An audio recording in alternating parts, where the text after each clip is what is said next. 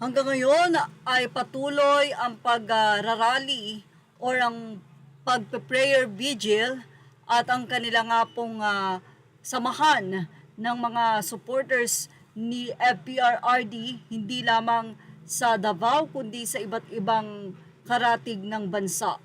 Pero nito lamang latest dito sa may Davao ay grabe nga ang tao na nakiisa para magmarcha at manawagan ng pag-uwi ni dating Pangulong Duterte. Matatandaan na noong March 11, si former President Duterte ay dinakip mismo sa airport.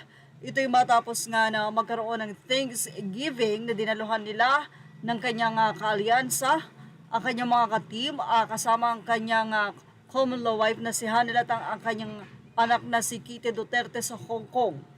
Ayon sa update ay 3 days na tumagal doon ang Pangulo at pagbalik nga niya ng bansa ay hindi na ito nakalabas ng airport at doon ay agad-agad itong dinala sa Villamol Air Base kung saan ay tumagal nga ang usapan na siya ay dadalhin sa ibang bansa sa Hague, Netherlands at hindi nga nagtagal.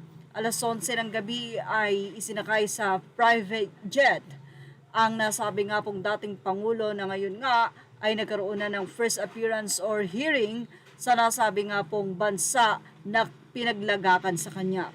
Dahil nga sa ginawang ito ng administrasyon, ang nasabi nga pong walang sapat na papel o warrant or ang paghuli ay hindi nga daw tama at hindi dumaan sa tamang proseso ang paghuli sa dating Pangulo ng bansa. Hindi kasi basta-basta lamang na tao ang pinahuli kundi ito ay naging leader ng bansang Pilipinas. Dahil nga dyan ay nagpakita ng suporta ang mga netizen, especially the supporters of FPRRD. At ito nga ay nangyayari na ngayon sa iba't ibang karatig ng bansa. Sa March 28 ay mag-80 na nga ang dating Pangulo at dito ay magkakaroon nga ng malawakan at isahang rally sa nasabi nga pong kaarawan. Ito ay ang panawagan na muling maiuwi sa Pilipinas. Kung mayroon mang dapat litisin ay hindi sa ibang bansa kundi dito sa Pilipinas.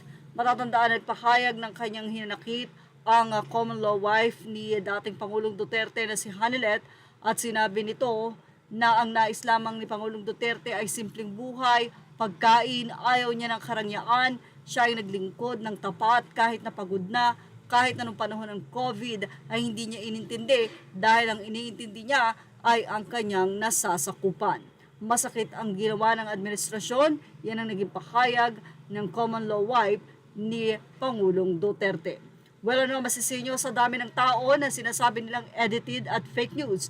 Pero mismong ang host ang nagsabi nito na hindi ito edit, hindi ito fake, at hindi na nila kayang i-edit pa ang napakadaming tao na makikitang nagmamahal kay dating Pangulong Duterte. Yan ang ating show, basta update. Thank you for watching. Please like, share, and subscribe. Images and videos are all credit to the rightful owners.